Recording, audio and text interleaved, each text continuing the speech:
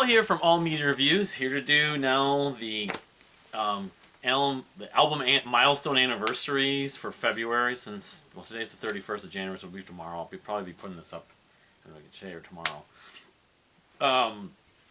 For February, milestone years, so you're talking about albums that I know were released in, and I have dates for, I think, all of these, in February of, let's see here, let's go back, 1969, 1974, 1979, 1984, February 1999, February 1994, February 1999, February 2004, February 2009, February 2014, and February 2019. I don't think I had, some of those years I don't have anything for various reasons or whatever, but so, okay, let's just get going on it.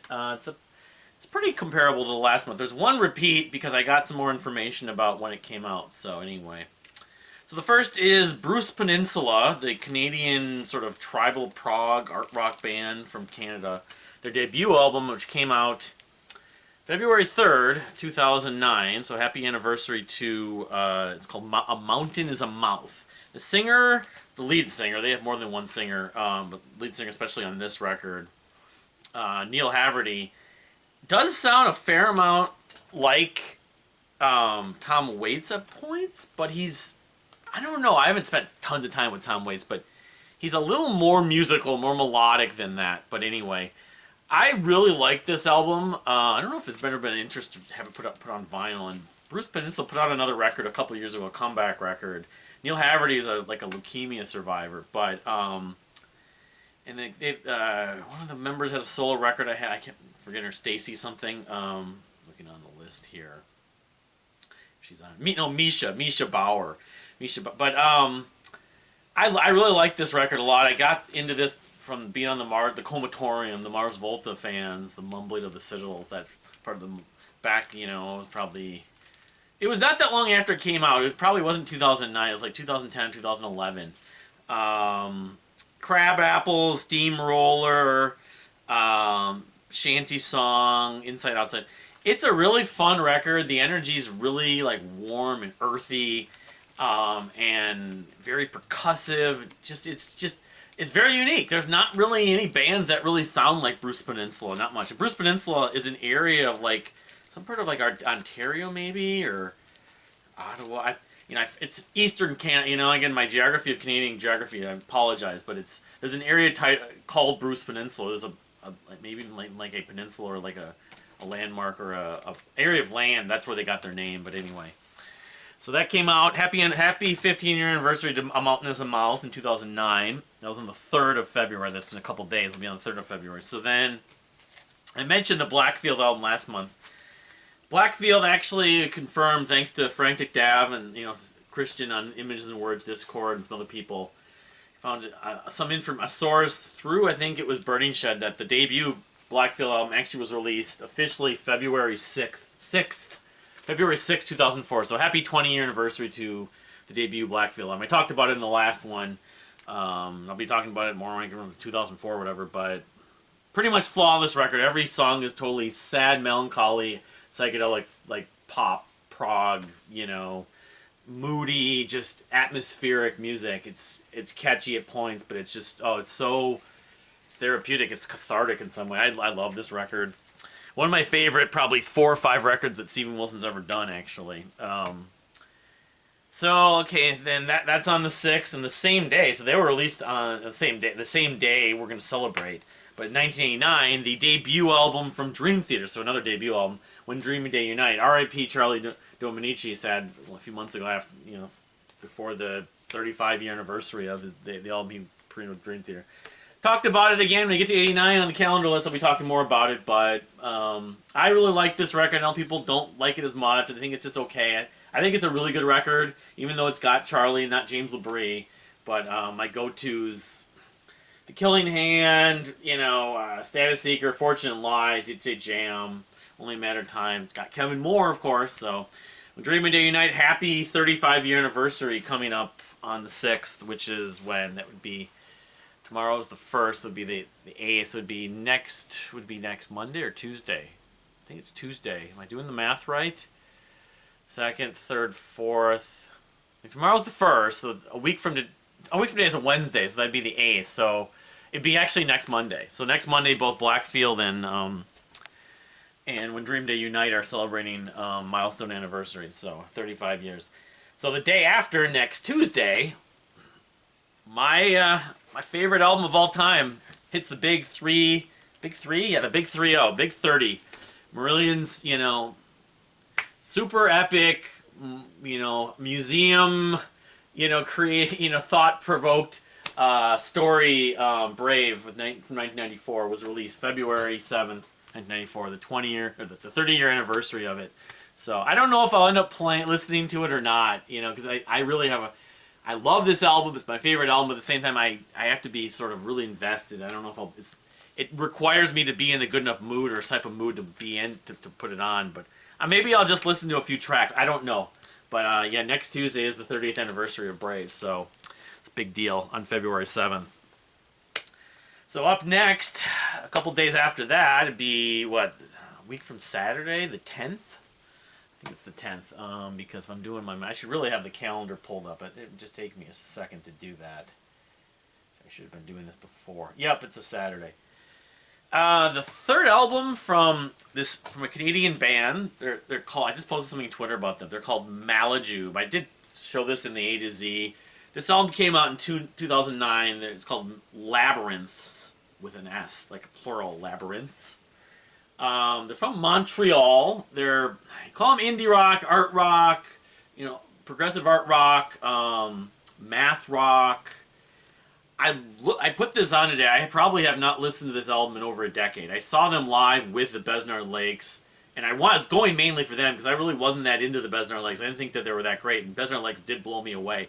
But, that was about a decade. That's probably the last thing. Their last album came out a few years after this, 2011. But it's the 15th anniversary of Labyrinthes. If you've never heard Malajube, just revisiting this album today and remembering, this is a fantastic record. The energy is really great. The drumming, it's math rock. It's all sung in French, so it's very French-like. They're from Montreal. Playful. There's a lot of pop elements, poppy hooks, poppy, catchy energy to it. I think actually Small League Sink Ships is one band that they sound a little bit like Block Party. But they also sound, I don't know. I want to say Radiohead or the Mars Volta and a couple other bands. Hella, but they don't lose sight. And this album, other albums, and the previous album people like a lot too. Like Trump, it's called La Trumpels. It translates to something translucent or something like that. Or but I like this one the most. I have all their records, I believe. I think I have the one that came out after this, but yeah, this is a fun record. In 2009, while it didn't finish super, super high on my list back in that day, we'll see where it finishes when I do 2009 in a few months probably. It still holds up pretty damn well. And Crystal Ball, the last track, is an instrumental. It's just crazy. That sounds like Block Party kind of. Reminds me of something off of Weekend in the City. But Ursuline, Portia, Disparu, they just have all these moments that they're fast, the crazy drumming. The drumming's just unbelievable. So happy anniversary, happy 15th anniversary, a week from Saturday, to Malajube's third album, Montreal's Malajube. They're on a hiatus now, I guess, called Labyrinths. Let's see, I think the next one we got is, another super unknown, probably a fair amount less known than even Malajube. They're known a little bit on Rate Your Music, and that's about it. This band, they're called Sholi. I don't know if they had any other albums. So look at this album. This is a debut album. It's a self-titled album. It's a band. It's from, I guess, San Jose, California. I got wind of this, I don't know when it was exactly. I saw a copy of it at a store. It was like cheapo. Was it cheapo? Was it? Or was it? No, it was actually in Arizona, maybe. And I didn't buy it. Then I checked more of it out and got into it. Musically, a little bit like Malajube. This Post-it I kept on it. They're kind of math rock, like Hella, sort of, but the vocals aren't too as out there, but the drumming is unbelievably crazy. And the production is fine, even though it's kind of lo-fi. I'm not bugged by the mixing on it. like there's a song called Dance for Hours, The Contortionist. I have not listened to this album probably since about 2009 or 2010. But I rated it 4 stars on Rate New Music, and like everyone that checked it out, the few people I know that did, really liked it too. They're kind of an unknown band, and I probably have slept on. I don't know if I would listen to this regularly, but they remind me a little bit of People for Audio, another Canadian band, but who are more psychedelic, but Malajube's psychedelic too, like neo-psych, but I don't know what it is exactly. The combination, they sound like a product of that sort of indie rock, art rock, the smaller, I wouldn't call it garage production, but of that lower fidelity production.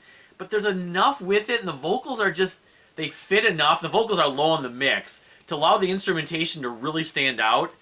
I don't know. I've never. I mean, this is one of those sort of. They're like a local band, really. I don't know how. I saw someone recommended on a blog or something like that, but and there's some bonus tracks, I guess, on Spotify. The Bandcamp page, it is on Bandcamp, and you can buy like digital copy. It says it was released in 2012. It was not. I got it in 2009. So the actual release date was February 17th, 2009. So it's the 15-year anniversary.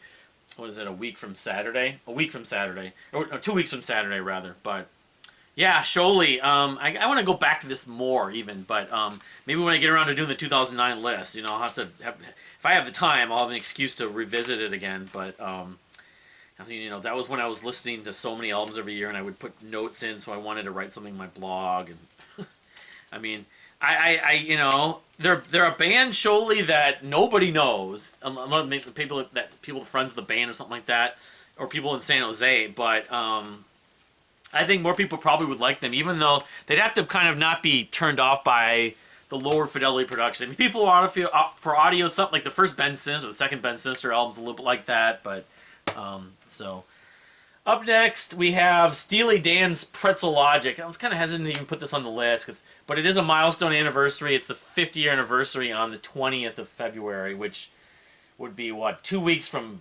Tuesday. I know it has Ricky Don't Lose That Number. It was on my I was revisiting checked out my 1974 list again, that video I made. And I mean, by reputation I always thought of it higher, but I didn't spend a lot of time with it. It has even a cover on it, but it does have Jeff Becerra on 2 tracks. Berrytown, which is one of my favorites on it, and it was like the 6th track, Parker's Band, which that one I really enjoy as well. Night by Night, I mean, some of it sort of sounds almost like Grateful Dead-ish. There's some slide guitar on it, actually, so some of it sounds kind of country rock. I was hearing like Michael Nesmith kind of stuff, and like a Beatles thing, like, I think it's the song, I think it might be Berrytown, If I Needed Someone. Reminds me a little bit of that. So, I mean, in the grand scheme of the Steely Dan canon, is it as good? No, but it's still a pretty good record. It's better than the previous record. So, celebrating the 50th anniversary of Pretzel Logic with 2 weeks from Tuesday. So like almost 3 weeks from now. Okay, February 22nd, which is 2 days after that, would be 2 weeks from, or 3 weeks from tomorrow. The 3rd album from Michigan's own progressive rock band, very Rush influenced, Tiles, Presence of Mind, which probably is the most well-known Tiles album still, even though Tiles never quite caught on. They got open for Dream Theater, and among the prog rock scene, they were starting to get popular to an extent. They're very Rush-like. People that had never heard Tiles, they were recommended to me. I got the debut album back in the mid-90s, 95, right after that. It's like, if you like Rush, you probably would like that. They've had Ian Anderson and Alex Lifeson appear on their albums, I'm pretty sure, and they had Terry Brown work with them. So there's a lot of Rush connections. I can pretty much say, though, this is the last Tiles album that I bought and really like. The other albums, I kind of started to lose my interest to an extent, but I always liked this album. Again, they kind of got some visibility on like the Yitsay Jam mailing list and that Dream Theater fan club, among Dream Theater fans especially, when they opened for Dream Theater in Europe in '99. That was the same year to support this, or early 2000. Static is one of my favorites. I haven't listened to this album probably in over 20 years. But Static is like the one track I always think of it for, but what is it? Crossing Swords, Facing Failure, Safe Proceed. It's a good record. It's probably my favorite Tiles record, although I have the previous two also, and I like, there's a couple tracks on that first record I love a lot, but Anyway, Presence of Mind from Tile, celebrating its 25-year anniversary. Was it 3 weeks from tomorrow, I think it is? 3 weeks from tomorrow, on Thursday the 22nd. So then, I think it's the same day. No, it's the day after that. So 3 weeks from Friday, you have the Decemberists. Now, this is not a full length, but you have the Decemberists album, the Tain, the EP. Arguably their proggiest thing. It's one piece, it's a suite, which came out February 23rd, 2004. First, I've got this, which was like a vinyl release, which included the 5 songs EP also. But got Colin to sign it there and everything. Yeah, I haven't listened to this in a long time either. Of course, I haven't been in a Decemberist mood, but I've always kind of felt like they never did anything better. Like the Crane Wife in this, the proggiest, Hazards of Love. I need to go back to that. I like parts of it. I think it is a little bit redundant, a little repetitive, but and I like Picaresque as well. There's some other Decemberist records I like a lot, but it's like December is doing really a prog suite. Before they did the Picaresque, before they did, in the was it Ancient Mariner? I forget the name of the. There's like a 20-minute piece or 15-minute piece on Picaresque. Before they did that, before they did the Crane Wife and the Island, and before they did Hazard of Love, they did the Tain. And for prog fans, that's as prog as they ever got, actually, in my mind. So then the same day that was, which came out the same day actually. The Tain and here's a milestone of 2 days in 2004, 20th anniversary. The same day, Orphaned released their prog masterpiece, or just their masterpiece, which I've shown on camera, talked about a little bit. Mabool, the story of 3 sons of 7. Progressive death metal with Middle Eastern elements at its finest. This is Orphaned's, the most consistent, the most epic songwriting. Even though all the records are long and epic in some ways, this is the one that turned me on, and I felt like it's just their kind of their statement record, their breakthrough record. I like a lot of their other records, but this again is their best. It's happy 20th anniversary. 3 weeks from Friday, 3 weeks from tomorrow to Orphaned's. Tomorrow, 3 weeks from Friday rather. Orphaned's Mabool, coming out the 20th anniversary. Coming on the 23rd of February, and then we got 2 more, so that's Friday, so it'd be 3 weeks from Sunday, I guess. Yeah, the Family Crest, their masterpiece, or probably might push themselves my favorite record, was released originally on February 25th, 2014. And Beneath the Brine, that's celebrating its 10-year anniversary. It'd be, so I don't know if I'll be on the prog stream or not, but happy 10-year anniversary coming up for Family Crest, Beneath the Brine. The epic title track that opens it up is still probably my favorite thing they ever did. Most fans actually look at that, but awesome record. The World, Love Don't Go. Howl, we'll see. It's one of my favorite records from 2014. When we get to 2014 in a couple months, don't be surprised it shows up really high. But happy 10-year anniversary to Beneath the Brine. And to finish off the milestone anniversaries for February, we have XTC's Oranges and Lemons, released on February 27th, 1989. So its 35-year anniversary is coming up. The third to last day, because it's a leap year this year. Third to last day of February, which would be, 4 weeks from... It'd be 4 weeks from tomorrow, actually. It was 1, 2, 3, yeah. Not 4 weeks from tomorrow. 4 weeks from Tuesday.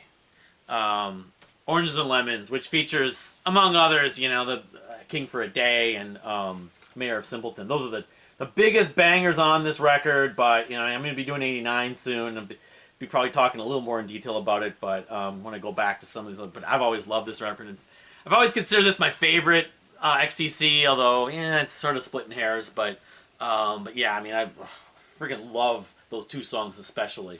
So, happy 35-year anniversary to Oranges and Lemons in about, 4 weeks. So, that's it for the milestone anniversaries for February. We'll see what comes up in March. There might be something I missed here, of course, but I don't know if I'll go backtrack on that. There's something else I wanted to mention that I'm forgetting about. I think one thing I could mention now is that I'm not going to be able to make the prog stream for Dream Theater on Sunday, but I'm thinking I may just film something and upload it and then just tag it. And I don't know if they want to just Scott can, write it down or something and read it along on the stream or not, or they can even sort of watch it together. I'll try to make it as short as possible because I've done my top 10 Dream Theater songs.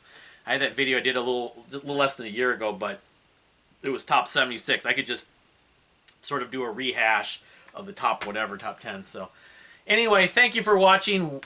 Please subscribe if you haven't subscribed. Give it a like. Leave a comment. Ring the notification bell. Let me know what your favorite Milestone Anniversary coming up, or even anniversary, I suppose, of any kind, but any Milestone Anniversary coming up in February is. And we'll see you next time.